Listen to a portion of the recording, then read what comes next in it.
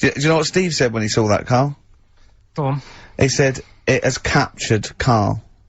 What do you mean? Well, you just look utterly gormless. In the picture. It's captured you brilliant. You know how, like, a good photographer can do that? He can capture the essence of someone. That's good stuff. This is what the phone message he left me Wednesday on my mobile. But I just is chatting about certain things that are going on at the moment. What he does need to know.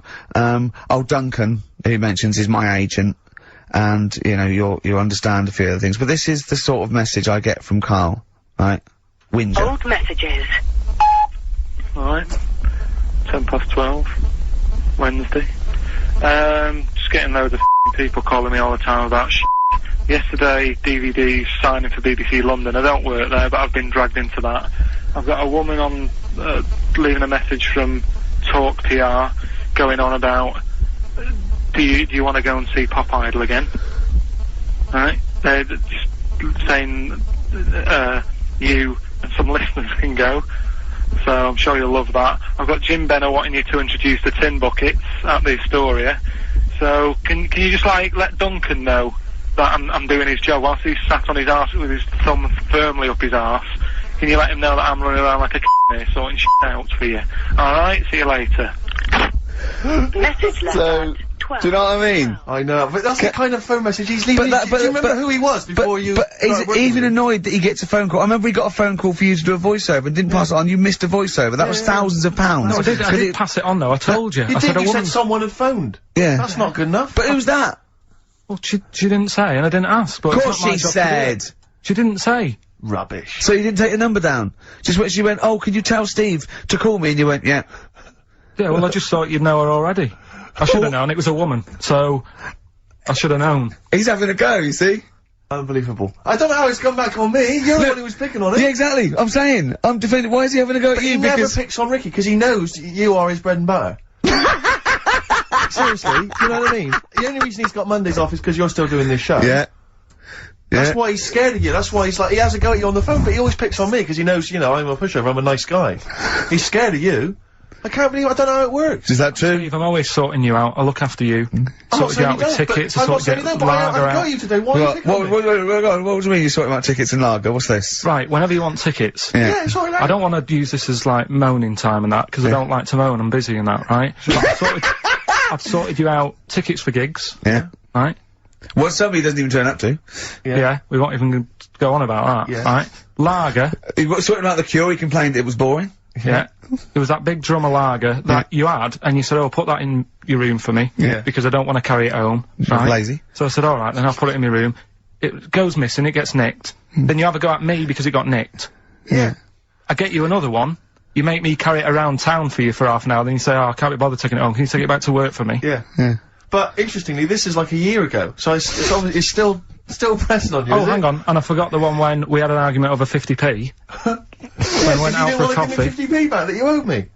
That was the same day you'd given him about 40 quid worth of lager. But, see, this is my problem, this was my point at the time. It's not the 50p in terms of money is not what's important. The fact that you think you don't have to give me money back because it's only 50p, that was the point at stake. It's me who makes a decision, oh, don't worry about the 50p, not you, it's only 50p, I'm not gonna give it to you. Do you know what I mean? There's gotta be rules, otherwise it's chaos, Carl. Come on, mate. Alright? I don't want to fall out about it. No, it's not alright. Shall we kiss and make up? Do you want that? Do you want It's that? alright. Yeah. Well, should we play a little record and come back to this, because... I can't believe it started with you slagging him off, Rick, and I've ended up as the monster. I know. Bit of R.E.M. Yeah. It's best if you leave it. Well, we're not gonna leave it, we're gonna get you on the poster. Yeah. I mainly have to see myself on videotape this morning. Oh, I showed him, you know, the animal show I did, the show. Yes. I'm doing a video, and I did behind the scenes footage, and I've got you've seen it, haven't you? I feel a little bit of Carl on there, isn't there? Yeah, it's great, it's lovely, he can't believe it, he said, is it playing slow? He's so slow, when I come into the office going, alright. That's how you on talk. my head as well. I look like I'm looking into a spoon. I'm not happy with it.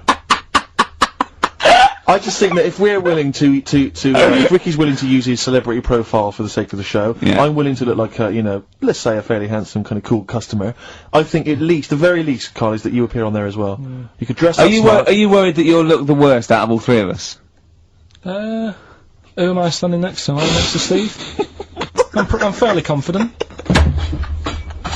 Yeah. I like the way it's so predictable. You pull the string because you know what it is. It's like You pull the string. I'm Ricky Gervais. With me, Steve Merchant and Karl Pilkington. Still arguing, this time about having help from your mum and dad. What do you think, Karl? No, I'm not. I don't want this to turn into some sort of wacky type thing where we're pretending we're arguing. Yeah. Well, we're not pretending. We're not pretending, you are Yeah, arguing. I know what people will think we're messing about. Oh, Right. that wouldn't have thought so. We just need to. We can talk about it later, sort it out. Yeah. It's just that Karl's a little bit stressed. I'm not stressed, but And he doesn't really understand that, you know, me and Steve have got lots of different jobs in the week, he's just got one job. Yeah, But, and we sort of rely on people getting messages to us, you know, as soon as they get them, you know, and not sort of deleting them from their phone selfishly. Yeah.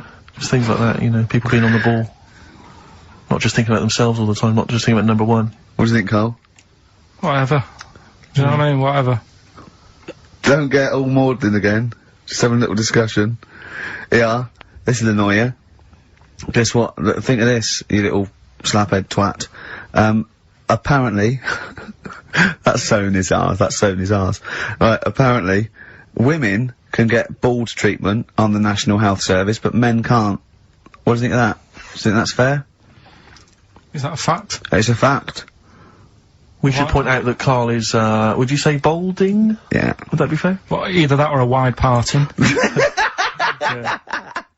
oh, you know, Rubbish. That's rubbish, Karl, those prizes. you- I'm ashamed to give them away. Carl, frankly. you know our mate Johnny? He's a Doctor Who fan. Yeah. Do you remember, he bought, the Doctor Who magazine, and, he went, to the toilet, and Steve got post-it notes and put geek on every page. And Johnny opened it on the tube, right, and it had geek and everything. And Johnny bought in the new Doctor Who magazine, I think this week's or this month's, right?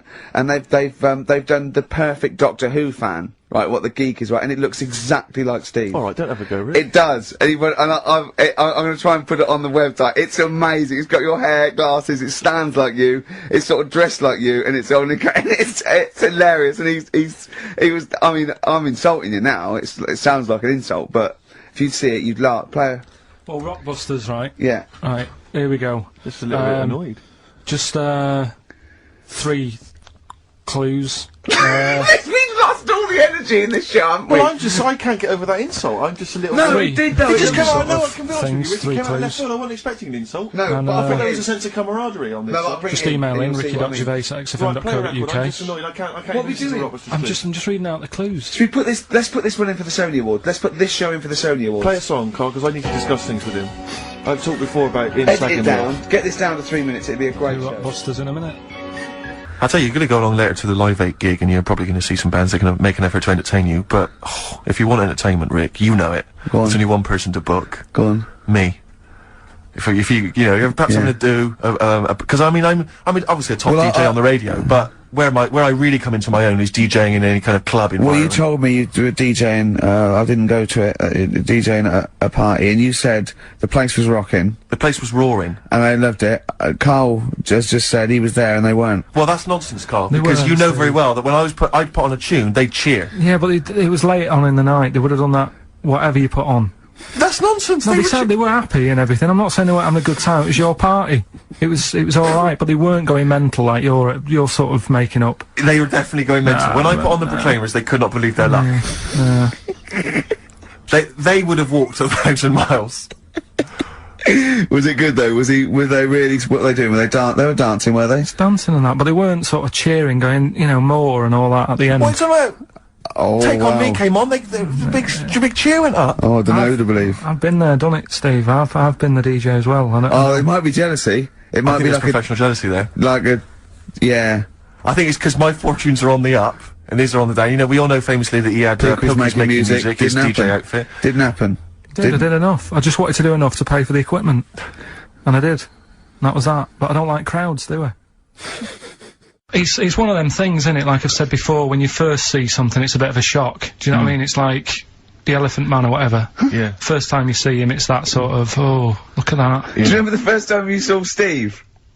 No, I'm not being funny. Do you remember the first? Yeah, but I've said this before, it's always, then you get used to how people look, and you don't, No. I'm gonna burst. You have to play a record. No, but- Because Steve's... Who's the winner? The winner, very lucky, Sandra Cassidy of Leon C. She gets all those great prizes. You know, we've actually had people emailing in saying, this is the worst Rockbusters ever, because it was too easy, it was boring. Oh. This is just, don't shoot the messenger. Oh, Other dear. people saying, it really has run its course. Some people genuinely agreeing with Ricky. Oh, Carl, this must hurt, mate. Stinging attacks on you. Some people just slagging you off generally, saying that Oh, you God. whinge all the time. Looks and like stuff Steve was right when he, sort of like poo-poos your ideas. So, When he wheezed on your bonfire. someone else, I swear to God, someone else emailed in and said, don't bother sending me the prizes, take them to a charity shop, or pawn them, give me the money, I'd rather have it. So I don't know what to say, Carl, I just wonder if it really has run its course now. Alright, well, we'll see what you come up with next week then. Let's see what you do, let's see what you come in with. Sure. Oh, yeah. About 5 to 1. I'm guessing you'll be popping in with another hip-hop track. Full of effing and jeffing Well, again, no, maybe. I won't bring it into you, I'll do it myself at home, because obviously that makes it easier. Oh, Obviously dear. you can't cope. Oh, dear. Are you actually going to be here next week, or are you still going to be in Cornwall? No, you see there again, I'll be back in time. And in the week, when I go to, you know, Cornwall, see the Monkey World. Yeah, your That 2-day still pass to work. Monkey World. That still work. Yeah. Still work, what? What, you're going to interview some of the monkeys? I Get some love stories? that. I love that. You were going, could a monkey live without bones? And so I'm going, Carl, shut the please, just look at the monkeys and eat your ice cream. And that's work, is it? Right. Anyway, that's all I wanted to say, really. Here's tragic. What's tragic? What did you want me to say about that song? Just your opinion. Your own opinion was fine. it's sad. In fact, your own opinion is better than anything I could really hope for. Without doubt. Whenever I ask you a question, You constantly surprise us. yeah, it's wonderful. So only ever carry on telling the truth, carry on saying exactly what's on your mind, and I think this could become a great. You're like a man who was frozen in Victorian era and has been reawoken and he's kind of discovering the world. Some things make sense, other things don't. It's beautiful. It's As really opposed to one that was made in a castle in Victorian times, like Steve. nice. Oh, that's just. Oh, I've joined in with Carl. I can't believe it. I'm sorry. On my side. Yeah, no, it was irresistible though, wasn't it? I'm really sorry. Should we play a record? I mean, I know what Steve's like. He is tight, right? No, he is, and you know that, don't you, Steve? I mean, I'm Financially, not- you mean? Well, no, I mean just the way you are. You're very Sure. sort of, you know, you're not careful. wasteful with your money. I'm careful. No, I'm not wasteful. Absolutely right. No, but to the extreme. Not towards the extreme. Not towards the extreme. No. Look Come after on, the come on pennies, now. the pounds will take care of themselves. Alright? Simple to remember, good advice. Yeah, Alright. but the thing is, right, I know that I take the mickey out of you for, like, you know, the way you look and stuff. Sure. Right. Well, I'm right back at you. But the thing is, you can't help that. Absolutely. But I'll tell you something that women don't like, Sure. and it's fellas who are tight with the money. Sure. I'm not frugal with money with ladies. I'm frugal with money with you. Well, I've got no reason to splash money out on you. I've never seen you splash money out. Well, you've never been out with me. Steve, have you ever splashed out on a lady? No, but I hope to one day. The right lady. Play a record. See? Strokes. Someday. No, that was a better choice, wouldn't it, to start off with? Hello, ladies and gentlemen. XFM 104.9. I'm Ricky Gervais, obviously. Steve Mitchell. No, come on, let's get my name right from now on. That novelty's worn off. What is it? Is it? Steve Merchant. Oh, yeah, that's the wrong one, isn't it, The Mitchell? Guardian got it wrong, it's Steve Merchant. And the more I say Mitchell, the more people are thinking Exactly, it might be Mitchell. Oh, God, sorry, Dave. But Carl wanted to start off with the Stereophonics. Oh, loser. Because it was a newer track. And Carl now, we've made him what he is. He was nothing when we Nobody. found him. He's like work experience. And now he's going, oh, we should start off with the Stereophonics. I'm going, Trying to Carl, tell you what to do, if Ricky. I want anyone's opinion, I don't. But Basically. you'd probably come to me, I imagine, wouldn't you? I'd be the first person. Before Carl, Yeah. I'd consult you, Steve. Thank so you. just keep it, just because he was in a, was it He had his Pilkington mobile making disc drive, music? I cannot wait. I'm looking forward to this. I mean, I literally can't wait. Should we do it now? Well, I'm tempted to save it because I just want to mention to people that they should be very excited because it's going to be Carl's special night tomorrow. You excited, Carl? Oh yeah. Oh, this is me and Steve, because we were nominated. We get a guest For the BAFTA Awards. and it doesn't say guest. It actually says partner. So I'm taking my partner, and Steve's taking Carl. Yeah. But what Carl doesn't realise is you will have to pretend you're his partner, otherwise you wouldn't be able we'll to have to get in. hold hands when we go on the red carpet. Is this really your partner? It's not just a guest. They have That's how it is, and either we go in like that or we can't get in. you just have to be with him when you go up there. I mean, you have to, does he have to...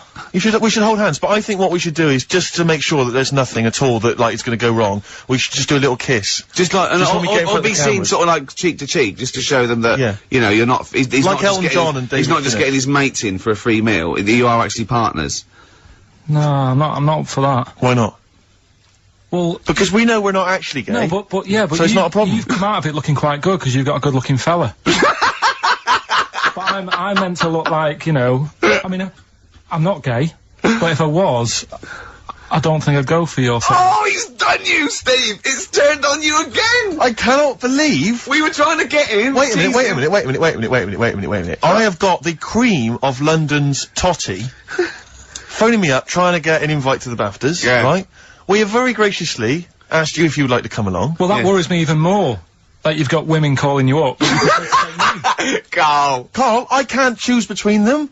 If I let one of them down, they're gonna destroy Yeah. them. Yeah. They'll be ruined, their Yeah. lives will be ruined. It's better for me to take you and not, you know, ruin the lives of any of those poor women. When he told them he was taking you, it was like a scene from Graceland. There was just like... There was women- weeping. They were crying, like... It was horrible. Hundreds of them. And he Really? just went... and I he- got he- upset. He just had to say, look, just chill out, bitches, didn't you? I did, I just said, you know, you're all my hoes, but Yeah. I can't choose between you. So I'm taking Carl. So I'm taking Carl. You know he could get you discount frocks. No, I had a letter from the people that there's an organisation. good. No, listen, Carl. There's an organisation that sponsors the BAFTA Awards Yeah. in terms of clothes and fashion. They sent me a letter. They said your partner. They've not specified the sex. They've said your partner can come along and choose an outfit. Now I suspect, by the look of it, it is a woman's outfitters. I'm thinking we could get you a lovely trouser suit. Well, you have a it may trouser look suit, but- feminine, right? But I think people will be fooled. And It'd they'll just, think it's be a man little bit roomy in the hip, and That probably would be narrow fine. on the shoulders, but you're a bit skinny. Why don't you take it? Because it's a lot of an insult. suit. And maybe just some pearls as well.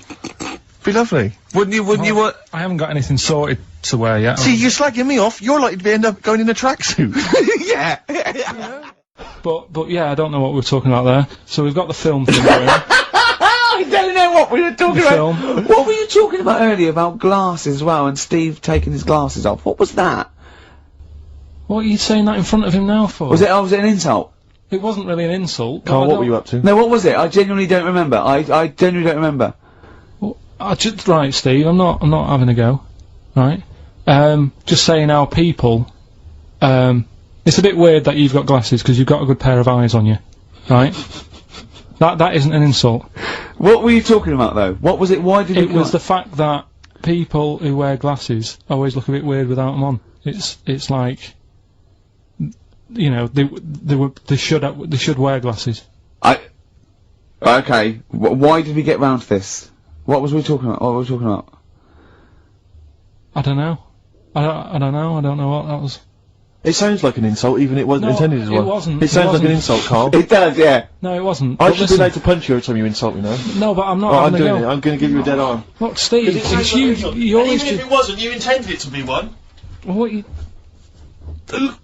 Oh, that was real. Play a record. No, but It's That's what you get mad. every time you insult me from That's now on. mad. Is this the Cardigans? Great. Brilliant. I didn't even say anything. It makes me feel better. It makes me feel better. I can enjoy the rest of the show. You went in. There was George Best, one of your footballing heroes, was there. A load of other big names. You sat there in a prime position. You came backstage with a load of other big names. Hey, you had a lovely bit of You were grub. filming this thing for the DVD we're making. That's you, a cameraman on our DVD. And yet you think, oh, and now you look grumpy because you had a couple of pints and I can't believe So it. tell us why you didn't enjoy it, because the ceremony, what didn't you enjoy about that? It was interminable, wasn't it? Far too long. Wasn't it awful? 3 boring. hours. I thought you were going to say something. Really? Sorry. 3 hours. Yeah. I mean, I suppose for you two, at least, you know, you were going to get something. Sure. Yeah. But with me, it's like, I mean, I've never graduated or anything, so Have you not? I'm trying to think of a situation. Basically, I sat there for 3 hours knowing that I'm not going to get anything out of the night. Yeah. Right? Now... no one Did you, told sorry, me. when we invited you and you said yes, did you think you were up for an award? No.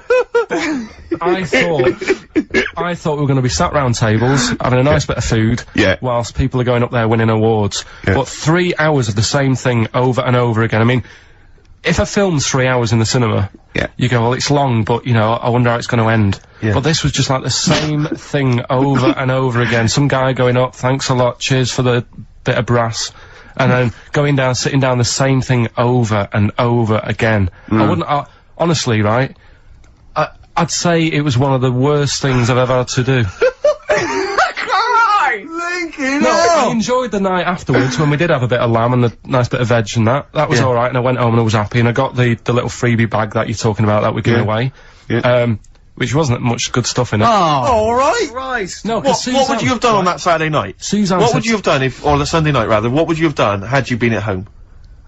I would have stayed in with Suzanne, right? Watching telly, having a nice bit of pate on toast or something, cup of tea, watching 24.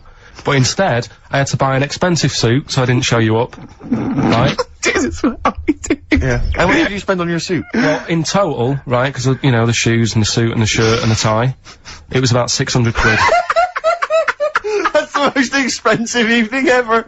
And that's what I'm saying to you. And the daft thing is, it's dark in there. I don't know why you've got to wear a nice suit. You can't wear a tracksuit, for goodness sake. Dark in there.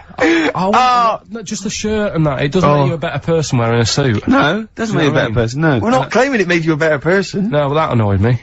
Yeah. I mean, it was an experience, innit? That's why I went, because you think, if I didn't go, if I would have said to you when you invited me, no, Steve, I don't want to go, then I would have never known, right? Yeah. And that's my sort of thing in life, right? Yeah. If Yeah. something comes up, you should take it, even if you're not gonna like it, it's a bit of an experience. Right. Do you know what he said to me? I phoned him up because we had to meet up, and obviously he had to pose as my gay lover. Yeah. To get in, right? Yeah. He phoned me, what do you said something to me like, I bought a suit, I'm looking good. He said, I'm looking good. People will think, how on earth did he end up with that good-looking guy? So he got into the Yeah. role. That was what he said to me. He started getting into it. Such an insult. Play a record. Oh, Talking about, so just go back to insults briefly. Go on, You know, Goofy. saying, Oh no, I see that's Goofy, that's no, not no, fair. no, because that's what he said. It's in my head. What do you mean he said? No, When did he no, say that? no. I mean, When did you call me goofy? No, he didn't. He said about what's in Baldy? my head. Hey, no, when it's come Wait, on. come off it. Don't What? Who's start calling on me goofy? No. I'm not even goofy. Goggle-eyed's fair enough. Yeah, but you can sort your look Lanky. out, I can't. What do you mean how can I sort my look out? I'm not even goofy, that's not fair. You've got the proper features, What? just needs sorting out a bit. I can't help it if my hair's not good. Do you know what I mean? It's brilliant. I'd like to rent you out to people. See me, I'm different. I would happily leave him now in the bottom of the cupboard. Until quiz With the night. Scalextrics. Until the old pub quiz night, when there's no one else who will have you on the team, Sure. and Oh, suddenly he's you want to done be your him best mate. Done him again. Right? Yeah, where's his mum and dad then, Carl? Hmm. Yeah? In Yeah. Bristol. Yeah. Me and Steve were having a little meeting yesterday over lunch about, you know, planning stuff for the show. And, Gary Kemp came up to me, started having a little chat about old times, and, I went, oh yeah. As he went away, Steve said, right, think of this. He said, Rick, don't take this the wrong way. Remember that sentence, don't take this the wrong way. So there's a right way and a wrong way I could have taken this comment. He went, nodded to sort of Gary Kemp and went, he's aged better than you. I went, well, how could I take that the wrong way? Yeah, it's not offensive. No. Well, the point is this. He does, because he didn't know me 20 years ago, so he's actually saying, Rick, don't take this the wrong way. He looks better than you do. Yeah, well he does. But why say that, Carl? What? Did you really say that? Yeah, although, can I just backtracking for a second? I love the fact you said you bumped into Gary Kemp and you reminisced about old times. What old times did you share with Gary Well, no, he Kemp? came up and said, did we drop the pops together? I went, no, I did Razzmatazz. I said, oh, we did Razzmatazz. I think he was thinking, had he ever met me before? But he hadn't, because we hadn't. That's what I meant. Yeah. Yeah. And, But if you had to make an objective analysis, I wouldn't. I think that's out of order. sure, sure. I mean, you're always slagging me off, but apparently you can't make a value judgment on something else. No. Wouldn't do that. Well, because you're morally all over the place. You don't know, you don't know where you're coming and Leave going. it. Yeah. Leave it. Sure. You should do what I say about you behind your back. So, would you say you're better looking now than you were? Or, Then I'm what? would you say you're better looking now than you were? Than I was when? Well, like, you know, have you aged well? Yes. You've aged well. Yeah, I've kept my looks. bit of Dando. Bit Evan Dando, this would be lovely, yes.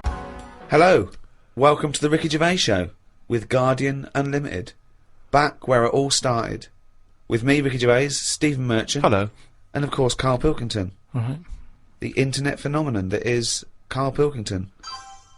Now this could be interesting. Now that noise, do you want to explain, Steve? I will. I've just sent a text to this number that some of you may have heard of, 63336. Now, apparently this is a number you can send a text to, and it will answer any question that you have for it. And in the past, for instance, I sent it quite profound questions. I once asked it, should they have dropped the second bomb on Nagasaki, and it had a very thoughtful answer. So we've sent it a question, perhaps equally thoughtful. Karl Pilkington believes in ghosts. Is he an idiot? Now, we sent that because this is the Halloween special. These podcasts are 3 one-off free specials, and they're free because we want to thank people who paid for the audio books we did, the last 2 series. So thank you for that. I've just bought a flat in New York, and Steve's just bought a lovely BMW. Mercedes. Oh, is it a Mercedes? Oh, is it? Oh, right, Yeah, I haven't seen it yet. Carl's having his kitchen done and his boiler replaced. Still not happy. But, yes, thank you. The back catalogue is still available, in audiobooks on iTunes, but these are 3 free ones. Anyway, the question we asked, 63336, Karl Pilkington believes in ghosts. Is he an idiot? And this is the response. Unusually, producer Karl Pilkington is both an idiot and a comic genius. His humour is not to everyone's taste, however.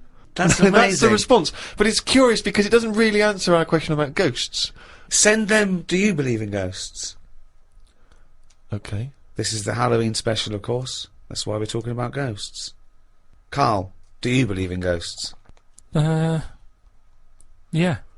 I mean, I haven't seen like a proper ghost. So why do you believe in something that there's no evidence for? Yeah, but why are we here then? If it is just sort of you're born, right? And we are useless. At least other creatures, when they're born. Well, you speak for yourself. No, but other creatures are born to do a job, aren't they? When a bee's born, you know what that's going to be doing. It hasn't got any options. That's got a job to do. And it does that job and it dies and the next one comes along. Oh. We asked it, do you believe in ghosts? The existence of ghosts is not proven. Many experiments have claimed to identify ghosts, but none have been scientifically sound. Excellent. See, Yeah, that's a sensible, intelligent, logical, thoughtful answer. Weird things have happened to me when I was living at home and was in bed one Where night. do you live now? No, but I was at my first home. Your parents? Yeah, my mum and dad's. So I'm in bed and I'm lying there, and you know you get that sense of like, oh, there's something going on. Right. And I sort of look over my quilt, and there's nothing there. Thinking it's weird, that. So turn me back on it. I'm thinking I don't want to know. If there is something there, I don't want to know. Right? So I'm turning me back on it, but then there's like a really high-pitched noise, right? Sort of the hairs on my back are like going up a bit. And I'm like, oh, I don't like this. And it's the high-pitched noise. Yeah, the hairy back louder. even as a kid. No, but you know, everyone's got little I thought it hairs was on them, just haven't they? Everyone's got little tiny hairs on them and stuff. And I thought, I can't stand this. And I turned around, put the light on, legged it downstairs. Right? And my mum's saying, what are you doing? I'm going, oh, I don't know, there's something up there. So she said, alright, then watch the telly. So I stayed up for a bit, watching the telly.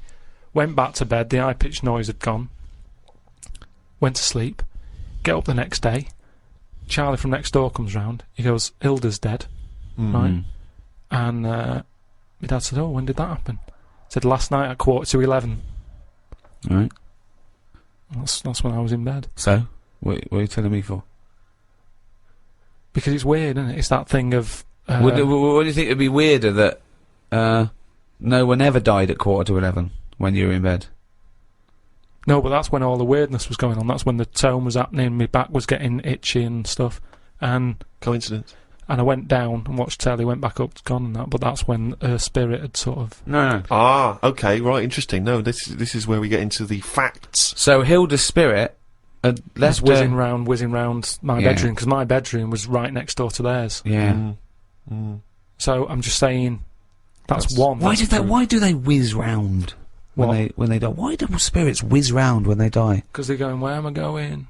Are they? And they're whizzing round, aren't they? Am I going down? Am I going up? No, it's Carl. Oh, no, but I'm going the wrong way. Yeah, but it's not going to be easy, is it? How do you think it works? It doesn't work. But once again, it's not proof of anything, Carl. Beyond the fact that you were a child in bed. Why did your dad ask what time she died? No, it just sort of, you know, what do you say to someone when it's awkward, isn't it? When someone gives you bad news, so you just think, well, what can I ask? what time did she die? What time did exactly? that happen? Sorry?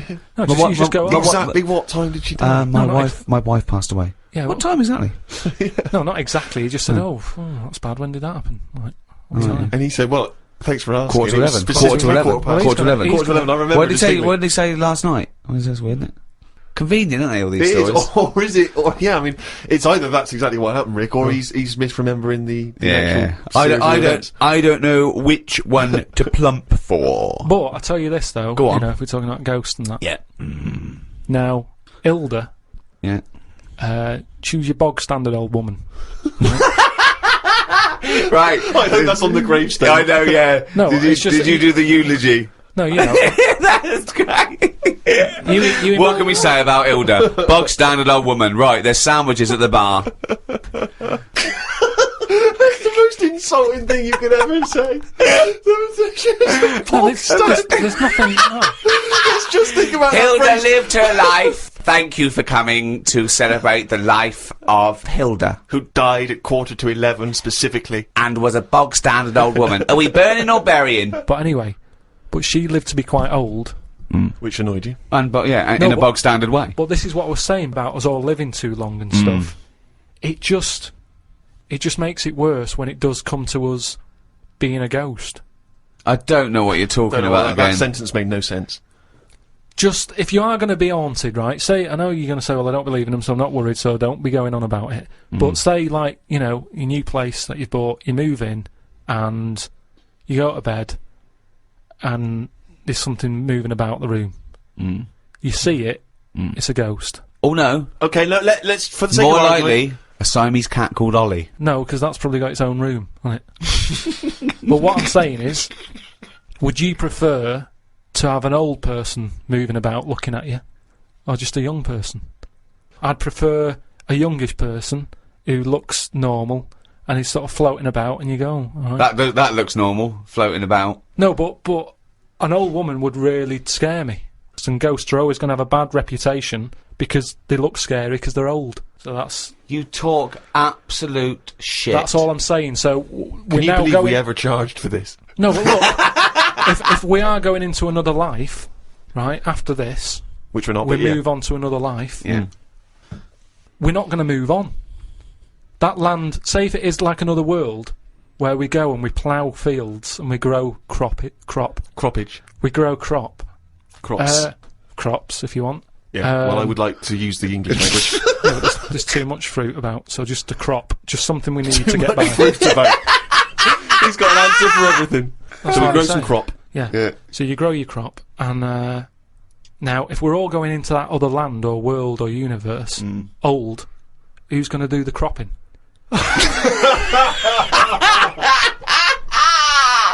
Oh God! Oh, I've never heard so much crop in my life. It's a load of old crop. I had to go for an ultrasound, right? Isn't that what you do if you're pregnant? Yeah, but do you know I've had kidney stones? you and that? We expecting? talked about Lucky it you. in the other podcast and that we've done, right? I've had a kidney stone. I don't want to go on about it, but it was painful and that. Well, you are going on about it. Yeah, and there was no, nothing. but I'm just saying. It's routine. Don't worry about It's it. not routine. Well, Why it do they have is. to keep Loads going and back loads of then? Why people. do they have to keep going back? You're questioning me. You on get the into a ultrasound. routine, keep going back. It's better than working it. You don't have to Promote the sell the book. No, holiday or hospital. Holiday or hospital. Holiday or hospital. I don't know. I'd just say that we've got a book out, right? The World of Karl Pilkington. It's out now. One, he goes on holiday the first week, right? He's in and out of hospital. He's doing no good. He's got to go in again. He goes away with his family like twice a year. Goes away with Suzanne's family twice a year. He's now said he doesn't want to do any press for it because it's boring, or he doesn't want. Why aren't you plugging the book? Well, I mean, if you're an author, you've got to get behind I've it. bought books without hearing someone telling me to buy stuff. No, You just buy you're stuff. lazy. You're No, lazy. I'm not lazy. It's just that I'm sick and tired of putting telly on or the radio and having people telling me, oh, you've got to buy this, you've got to buy that. No, I don't have to do anything. I'll have a look myself when I'm in a bookshop. Let them just find it. But there are hundreds and thousands of books, Carl. They may not find it. Well, You're just trying have to a direct look. them towards it. I don't want to direct them to it. I just, if you come across it, But most why of have the you books, put all this work into this book, all these illustrations you've done and because extra I material? enjoyed it for me. Right, but you don't want anyone to read it, Yeah, so they why will just put read it in a They drawer? will read it. They'll find it. People will find it. It's in the shop, isn't it? I'm always finding little books on different things and what have you. Yeah, but you don't read them. You read the first couple of lines and you get it wrong. What, you know, So I went back, right, and I had the ultrasound thing where they're looking to see what else is in there. And when I was in the waiting room, there was a woman there. I reckon she was about 98. Now, why are they rooting around in her to see what's up with her? Just let her die. Do you know what I mean? If she's not in any Jesus. pain, all I'm just saying, how long does she want to be around? And the problem is, she went off. Right, I was sat in the waiting room. She went off into the little cubicle to put her a gown on, and because she's old, she can't bend her arms and that. So she came out with it all open on the back, and it was horrible. It looked like a chicken that hasn't been looked after, right? It was all leathery skin and that, right? Now, the thing is, it's all very well keeping people alive, but the surroundings of the body isn't meant to be lasting that long, is it? Do you know what I mean? The actual skin of a body, it's all very well keeping the heart going, checking the kidneys and all that, but we're not meant to be around this length of time. Yet we're messing with it. Yeah. Just do the gown up. You never do, you never get... You never see insects or anything like that look old. You don't go, look at the state of that. Because they live about 4 weeks! Yeah, but maybe that's the way it's meant to be. In the same way, maybe we were only meant to live to be 40. But why did you go in for your operation then? Why didn't you just think, well, this is it, I've had my time? If they're looking after an old woman who's about 98, I'm having a go. Well, of course. Because you want to live on. She might have been flirting with you. No, she was... Keeping it open, just so you can have a little look. But I'm just saying... Is that right? Is it right that they're going in there rooting around and stuff? I didn't like it. I didn't like having it done. You know, I don't like going to the hospital and stuff and the doctors and all that. And she was pushing the thing down, and she said, "Oh, you can have a look if you want." So what down where? On me kidneys. She was pushing like this little scanner thing. Oh right. She was going to have a look. I was going, "I don't want to have a look." She's going, "What's up with you?" I said, "I don't want to see me insides." Did they have did they put a tube down the end of your knob? Yeah, they did all that. We've talked about that in the other. But you're unconscious, weren't you? Yeah, but it doesn't matter, does it? If you know it's going on, it still bothers you. Just because you're asleep. Well, not really, no. What do you mean? Well, why does it bother you if you're asleep? Well, that's like saying, oh, I woke up and the house was robbed. Oh, it doesn't matter, you're asleep. Well, no, but... It's still going to bother you, isn't it? but you knew it was happening and you did it willingly. It's not pleasant to go in and be made to go unconscious. That's the unpleasant bit, isn't it? And pain. Well, no, it's more the idea of it, isn't it? That's why, you know, doctors telling you everything they're doing. It's like, don't tell me, you know what you're doing, just do it. I'm not going to have a go at it. You know, it's not like DIY people coming around and going, oh, well, what you should have done there is, and you can go, oh, I'll have a go at that next time on my own without calling you out. If I get kidney stones again, I'm not going to go, oh, I've had it done before, I know what to do, I'll stick it up there. Doesn't happen, does it? But I can't, what was I saying? So anyway, so she was pushing the scanner over me kidneys and stuff. Yeah. Now, it was weird with her, because at no point did she make eye contact with me. Well, I don't understand what that means. Well, she meant to wink and go, your kidneys are fucked. No, but it's just weird that she probably spends her days looking inside people more than she does talking to people. I just thought it was odd. That's how she sees people. When she looks at people, she probably sees kidneys. What, this doctor? The woman doctor. Well, doctor? Yeah. Right. So, what you're saying is, the strange thing is that she often spends more time looking in people, because she's a doctor, than chatting to them. Yeah. And is it weird that Jonathan Ross is the other way around, because he's a chat show host? He spends more time talking to people than looking inside them. No, but even when I was asking... Because he's got a different job. When I was asking her questions, saying, you know, does it look alright? What's it doing? Is it moving about? You know, asking her questions about my kidney. She could have quite easily just turned around and give me a bit of eye contact. But she was looking, I'm concentrating. She was looking at the screen in order to answer your questions. Yeah, she's at work. She's doing something. No, but just... If she was here now going, Carl, what are you doing with that microphone? You'd go, shut the fuck up. I'm doing a podcast. Did she run this scanner over your head? And if so, did she find anything? We'd like to try and educate Carl, Rick, as you know, as we have done since we've known him, really, and he doesn't really seem to absorb any information. No. And I was asked recently, when I was going back to Bristol, if I would come and talk to a classroom of school children. All right. you know, just talking about careers and particularly my career. And I went down there. It was in Bristol. It was an inner city school, quite rough area. You're a son of Bristol. You're Exactly, they love me You're a down there. celebrated son of Bristol. You're a Golden Globe winning person who's returned to the homeland. It annoys me when I go down there that I'm not met as I get off the train like the Beatles used to be when they came back from America. By you a know? mayor and a brass band. Hordes of people, ticker tape. Forever this day will be called Steve Merchant Day. Exactly. It frustrates me that I just sneak back into town. And there's no fanfare. Yeah. But basically, they asked me to come talk at this school, and I sort of batted them away and said I'm too busy. And so I foolishly left them the opportunity to ask me again, which they did, and I didn't have a decent excuse, so I went. And I was expecting to talk to maybe a room of sixth formers. They were 9.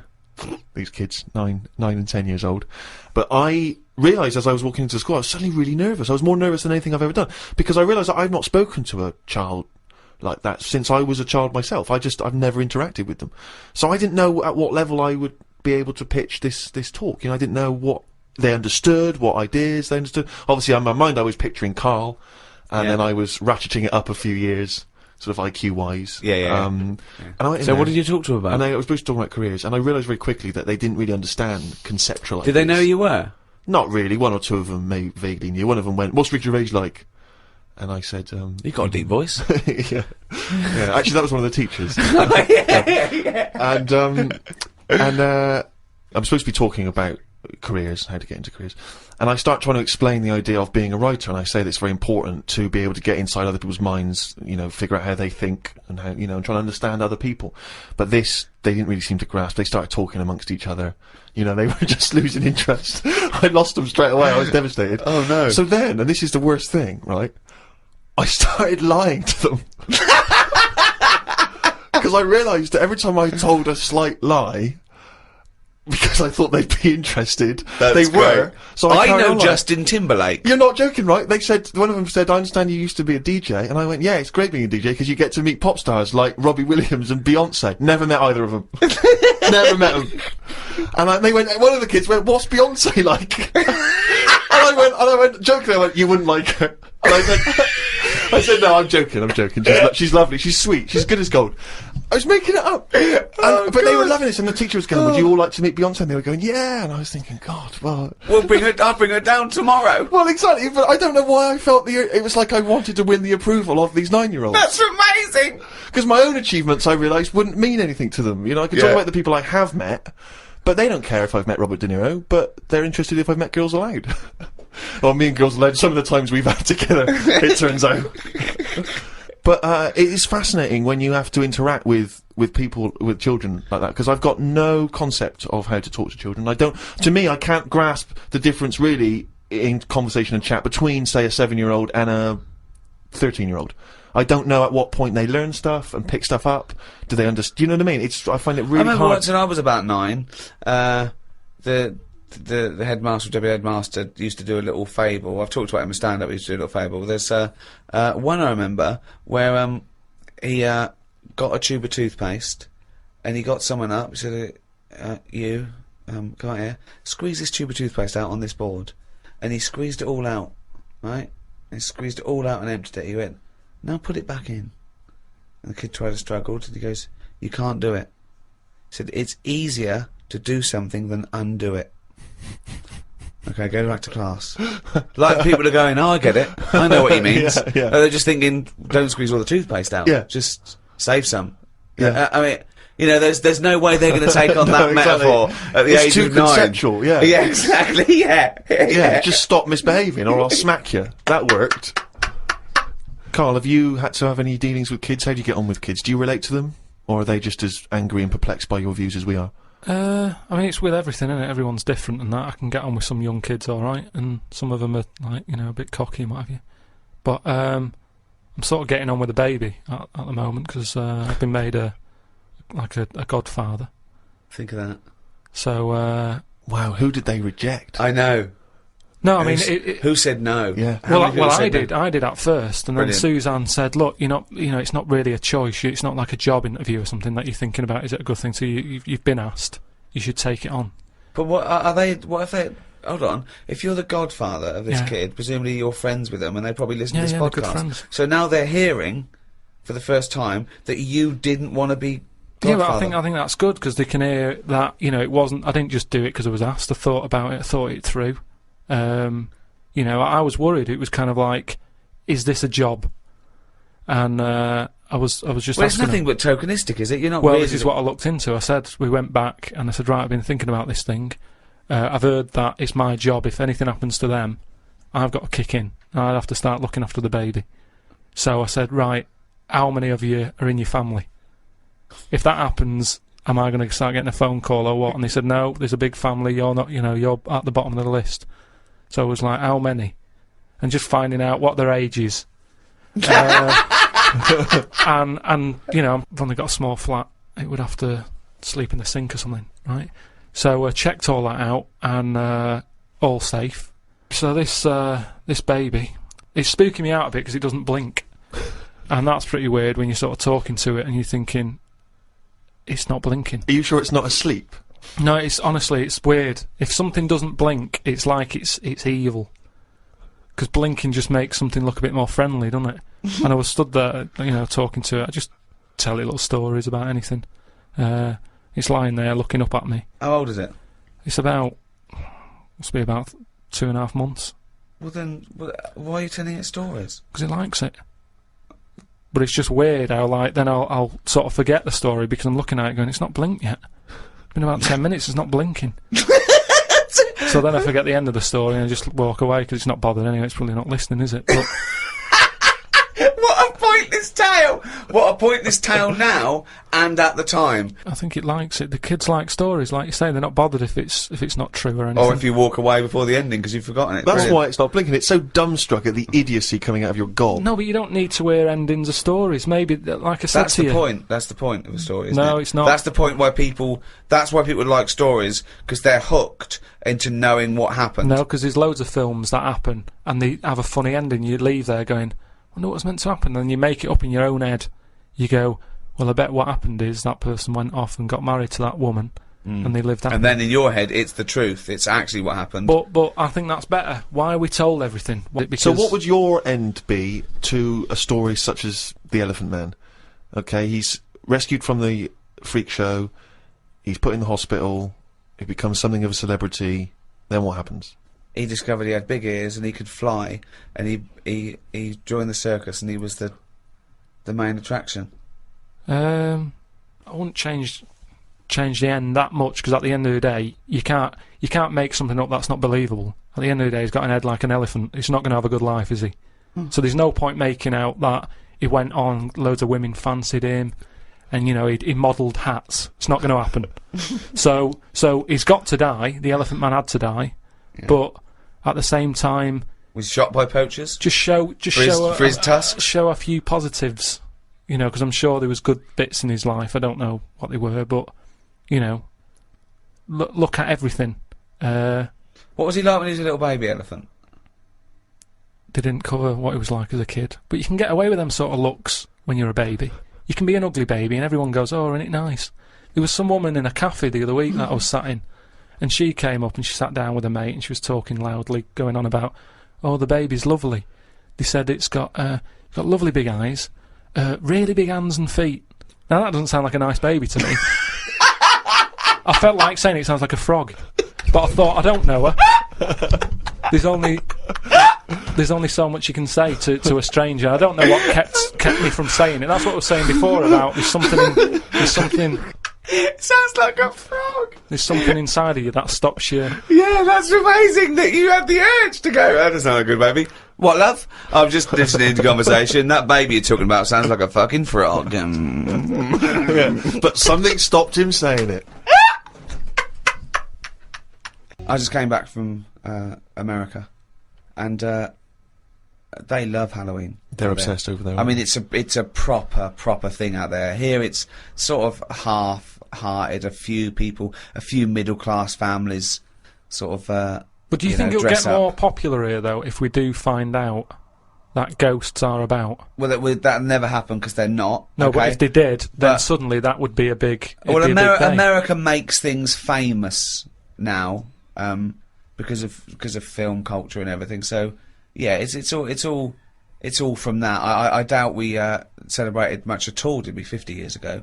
So I think it's crept Oh, up. certainly over here we didn't. But it's No. been largely introduced over here through commercial ideas, isn't it? Yeah, We can yeah. sell stuff for and film and things like that. And but out there it was they start like weeks and weeks before, and they're decorated like proper.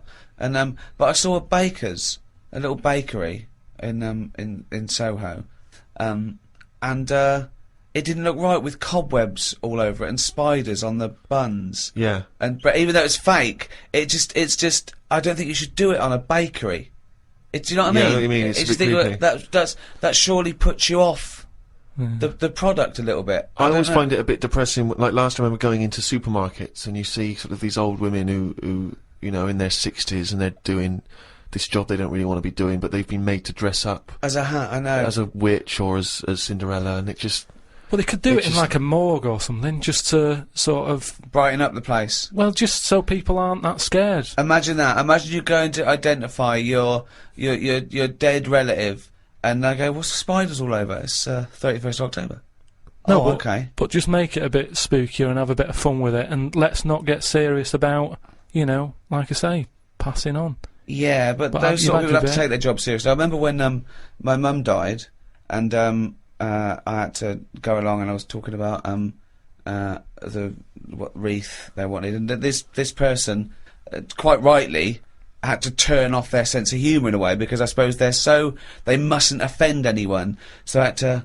They spoke like that at all times. Yeah. At all times. Okay, and what would you like the wreath to say? She was a mother and a grandmother. I went, yeah, mother, grandmother, and what was her name? I said, her name was Eva. I said, and I made a joke. I said, do we get a discount because her name's short? And she went, well, actually, didn't laugh, didn't get that at all. She just went, just answer the question. She went, well, actually, you pay by the letter. I thought, okay, that fell flat. I'll go again. I went, well, a friend used to call her E. Yeah. She went, I'm joking. She went, okay. Nothing. Yeah. Bad audience. Bad time, bad audience. Tough crowd. Yeah, Undertaker's never known for their... Yeah, exactly, yeah. their They laughter. don't crack jokes, Carl. A friend of mine was trained to be a doctor, and in his first year, when they practice, they intern at the hospital, he was watching this patient, and two other doctors came in, and I won't say his name. They said, can you go and check on Mr. So-and-so? He went, yeah, and change his drip. So he went in, changed his drip, came back out. The doctors came, after about 10 minutes, they came running and said, what did you do? What did you do? And they went in there and said, I just changed the drip. He goes, well, he's dead. He's dead. He was going, I just changed the drip. I did this and that. And they started laughing. He goes, no, he was dead when we sent you in there. Yeah. Now, that is almost excusable because it's imperative if you're a doctor Absolutely. to become accustomed to Yeah. the fact that people die and that it's... Exactly. you know, Yeah. So they were making a joke about a dead body that means nothing to them other than professionally. Yeah. You know, they were getting through it. He thought he'd just murdered someone. Yeah, Like, yeah. Well, he thought he just killed someone. But yeah, they have to be desensitized. But they wouldn't do that in front of the relatives. They wouldn't go. I had a laugh earlier with a young intern. When your dad died, we sent him in to change the drip. Didn't even check. It was quite good. Anyway, let's get him out of here. No, but they do have a laugh. I heard about a doctor who was working on a brain, right? And apparently, when they work on the brain, it's best if they keep you awake because you know, just so you can go, that hurts a bit, and they go, oh, let's not touch that bit again. That's Right. the reason. Rick. Amazing. That's the reason. No, there is It's there's amazing. certain operations, isn't there, where they go, you know, we can knock you out for that, but for this one, we want to know. It's probably because You're the brain needs to be Activity. active in order to Yeah, to they show identify the thing. activity, But yeah, sure, they- yeah, no, So it's anyway- actually so you can wake up and go, yeah, no, that hurt. That stings. Hell, that stings. Don't pop that in there. You can't feel anything in the brain anyway. No nerve endings. Really? You What? can't feel it, can you? Well, maybe there's another reason. But anyway, his head's open. He's sat on this chair. The doctor's going. I reckon he was laying down. I thought he was laying down, but in your world he's not. He's sat on a hard-backed... I think it's more dining like chair. in front of a mirror, like a hairdresser type thing, right? And he's cut the skin off. So Like- get a bit shorter there. so he's So for the weekend, sir? he's- Oh, I won't be shagging with no brain. anyway, so he's cut the skin off, and, you know, chopped a bit, and you're always going to get bits, aren't you? Sort of, whenever you cut anything, you end up with a bit missing. But anyway, somehow he does the brain stuff, he fixes it. I don't know what he was doing. But Don't you? You don't know about. You don't know You about don't know that. the intricacies of brain surgery? That I find perplexing. You're not a neurosurgeon. I don't want. Oh, okay. So go they on. sorted out the problem, right? And he goes, right, all we've got to do now is stick the head bit back on. Yeah. That's what it's called, by the way. The head Oh, this bit. happened. This happened. Yeah, the head bit's connected to the face bit. So he sticks. Nurse, head bit. Doctor, do you need leg bit? Not yet, nurse. Head bit, then leg bit. So they stuck the head bit back on, and then Can you pass me the sharpie thing? he was trying to sew it, and he was going, "This isn't fitting. This." He's going, "I don't know." And you know, like because the Right, if this turns out that it's Someone else's head. or No. a toupee from the doctor next to him, Yeah. or a cat. Wow! No, it's- You've sewn a cat to my brain! it's none of that. He's trying to sew it, and he's thinking, "Why isn't it fitting?" And he's thinking, "Is it because the head's swollen?" Because you know he's been messing about in it, and things Yeah. swell, don't they? And messed about Yeah. with. So he's messing with it. He's going, I don't understand this, and he's panicking a bit because the patient's awake and chatting and stuff, and you know, it's difficult to have a normal chat when you're panicking a I little know, bit. there's a queue as well. People want their brain done. And they're just reading old copies of magazines. They're going, hurry up. So I'm going out tonight. Do you want to wash it? No, just, I'll wash it later. Just take it off, do the brain, put it back on. anyway, what happens is he has to start rummaging, To start rummaging. sort of rummaging. Rummaging. No! There's no N before the first G. Rummaging. Well, he starts looking through the. He starts having a look through the bin. Because, What? Because he knows he's chucked a bit away of the skin. Right. Where is this surgery where a bloke's sitting up in front of a mirror and there's a bin? Is there a little basketball ring above the bin as well? So when he throws things, it goes through there first? I'm just saying that's what happened, and you were saying about things that happen, and you've got a joke about So it. he's rummaging, and what happens? He said to him, he said the fellow was starting to sense the nervousness, and he said, "What's going on here?" And he says, "Oh, I'm never going to believe it. I've lost a bit of your skin. Lost a bit and, of your head, yeah. I can't." Why did he sew." cut? I don't understand. Why is there? Why That's is it in what I two mean. bits? Because things just break up, don't they? It's like chicken. When you see him walking around, everything's in place and it sticks together. You cook it, suddenly it all breaks up. He cooked his face before he cut it up. I'm just saying how flesh, it sticks together well Yeah, when... but he'd cooked the scalp before he'd taken it off his No, head. but had it's he? just an example of how Oh, skin okay. can break up with the muscles and everything. So he's rummaging in the bin, and does he find the head? He found the bit, and then he's like, "Oh, sorry about that," and he sort of managed to stick it on. Right, he and didn't stuff. wash it off or anything. Yeah, I'm sure he'd give it a bit of a rinse. But I'm just saying how, you know, Nonsense. you've got to make a joke out of stuff, haven't you? Yeah, it's bollocks. If you're a doctor. Okay, that's good. So where was the joke in that story? At what point I thought this was a story Well, about how doctors have a sense of humour. Yeah, When well, did he at make a the joke? end, he sort of laughed, and he sort of said, "Oh, there you go, it's back on, but, good job you know, the bin men didn't come or whatever." And they made a joke out of it. I've never heard such nonsense. I've never Carl just heard made that such joke up. nonsense.